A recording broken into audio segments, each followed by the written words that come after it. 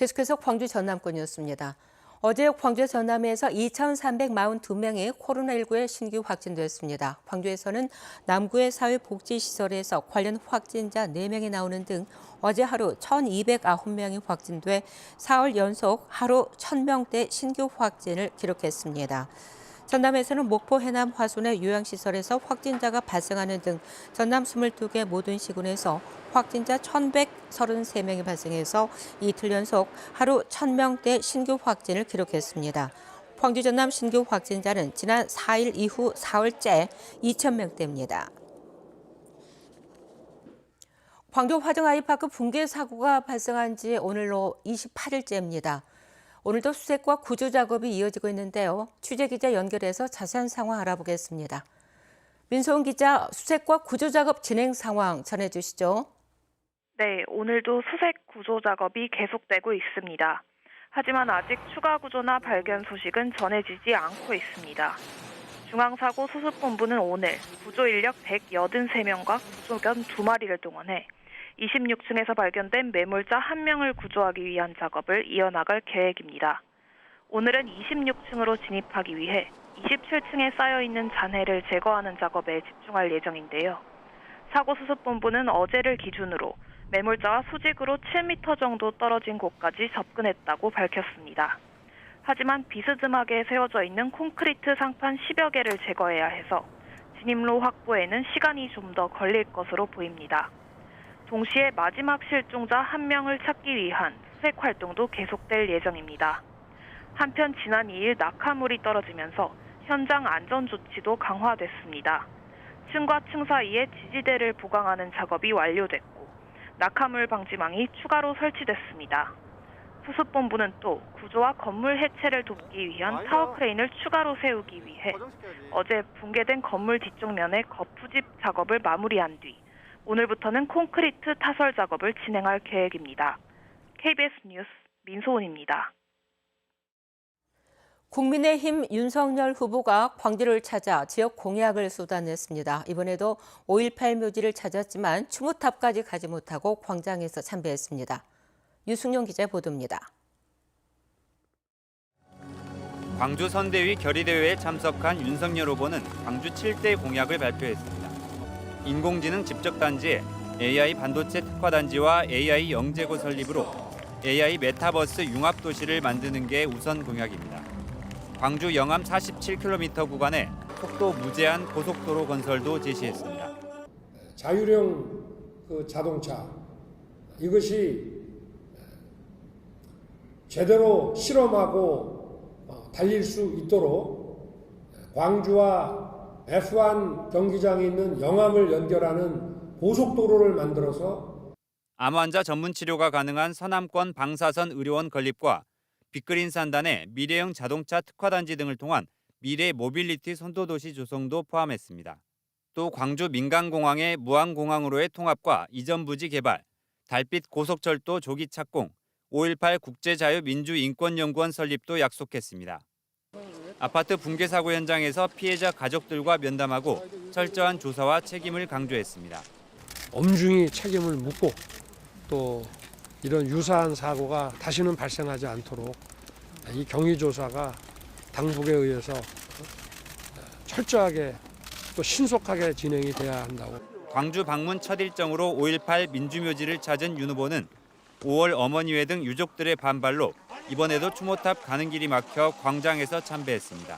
5월의 정신이라고 하는 것은 그냥 항거의 정신으로 끝나는 것이 아니라 이러한 가치를 중심으로 해서 우리 국민 통합을 상징하는 것입니다.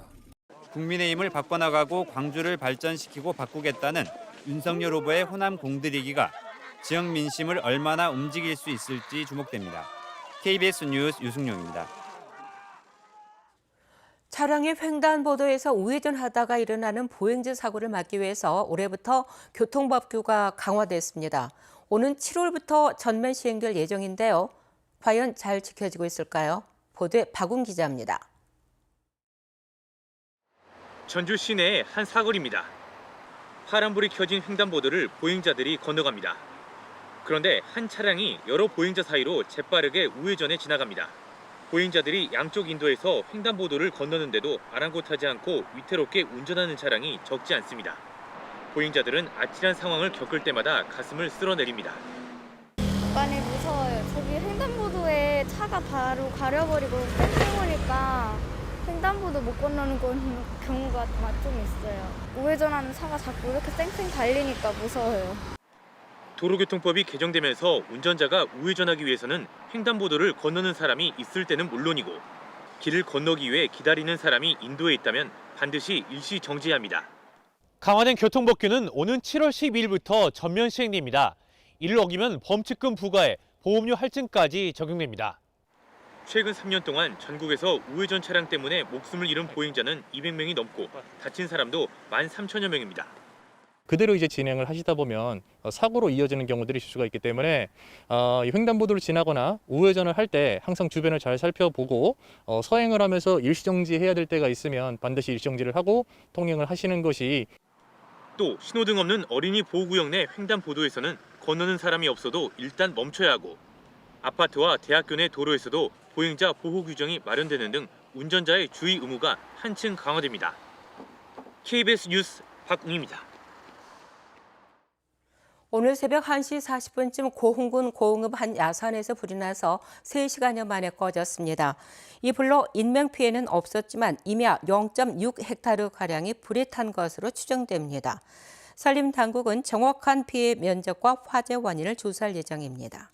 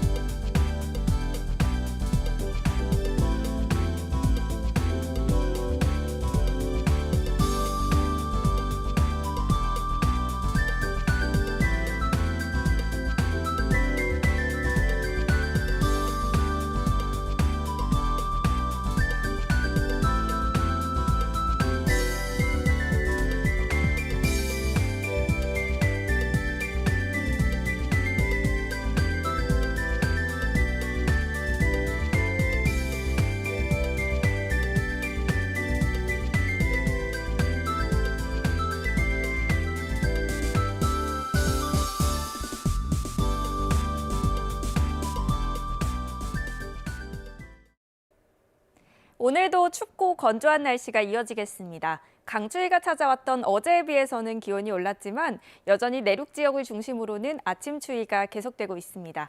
특히 곡성과 담양 등 내륙 지역을 중심으로는 영하 5도 안팎까지 뚝 떨어졌습니다. 아침 추위에 건강 조심하셔야겠고요. 동부 지역은 대기가 무척 건조합니다. 산불 등 화재 예방에 각별히 주의하셔야겠습니다.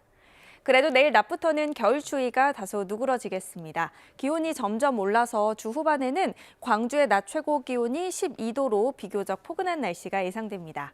다음 자세한 지역별 날씨입니다. 오늘 구름이 많이 끼겠고요. 광주와 담양의 한낮 기온 5도로 어제와 비슷하겠습니다. 보성의 낮 최고 기온 5도, 순천과 광양 7도까지 오르겠습니다. 목포의 낮 최고 기온은 2도로 어제보다 2도가량 낮겠고요. 해남과 진도 3도로 쌀쌀하겠습니다.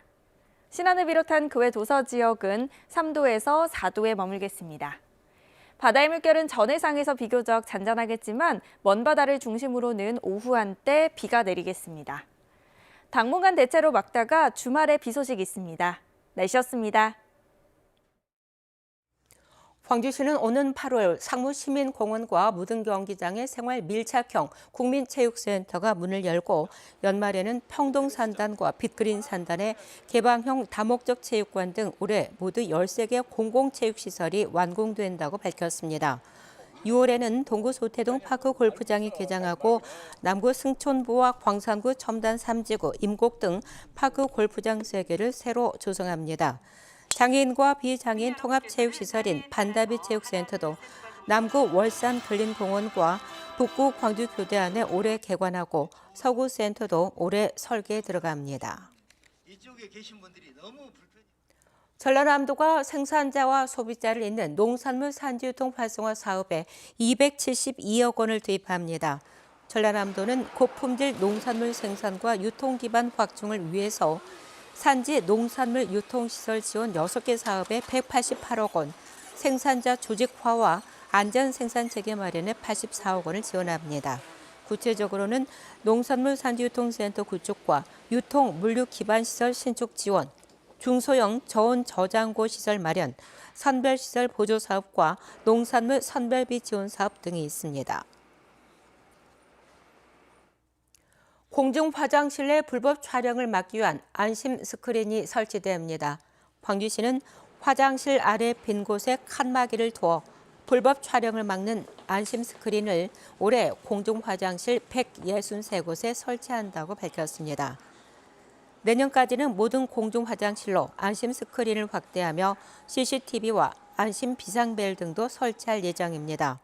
또 올해 20억 원을 들여 하천 산책로 등의 공중 화장실 8곳을 새로 짓고 노후 화장실도 보수하기로 했습니다. 전라남도가 논 이모작 직불금 신청을 받습니다. 대상 농지는 기존의 논이나 밭 고정 직불금 지급 대상지로 논으로 활용하는 농지에 지난해 10월부터 올해 6월까지 보리나 밀 등 신양 작물이나 사료 작물을 재배하면 헥타르당 50만 원을 지급받을 수 있습니다. 농업 경영 정보를 등록한 농업인이나 조합, 회사 법인 중 농업 외 종합소득이 3,700만 원 미만이면서 농지 면적이 1,000제곱미터 이상이면 신청이 가능합니다. 지난해 전남에서는 2만 3천여 농가가 논 이모작 직불금 227억 원을 지원받았습니다. 병원 전공의와 수련이 부족 현상이 심화되는 가운데 전남대 병원이 10년 만에 인턴 정원을 확보했습니다. 전남대 병원은 2022년 인턴 91명 모집에 96명이 지원해서 1.05대 1의 경쟁률을 보였다며 자병원인 순천성 가롤로 병원과 목포중앙병원, 여수와 여천 전남병원에 처음으로 12명 인턴 정원을 충족해서 파견할 수 있게 됐다고 밝혔습니다.